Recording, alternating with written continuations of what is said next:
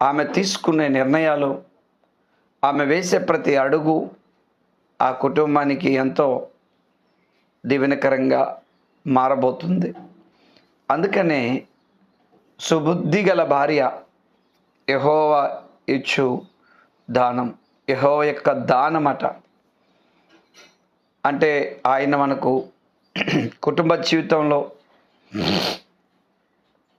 గృహము, విత్తము, డబ్బు పితరుల నుంచి వస్తూ ఉంటే, పిత్రార్జితంగా వస్తూ ఉంటే, భార్యలు మాత్రం ప్రత్యేకించి సుబుద్ధి గల భార్య రావటం అనేది అది దేవుని చేతిలో ఉంది.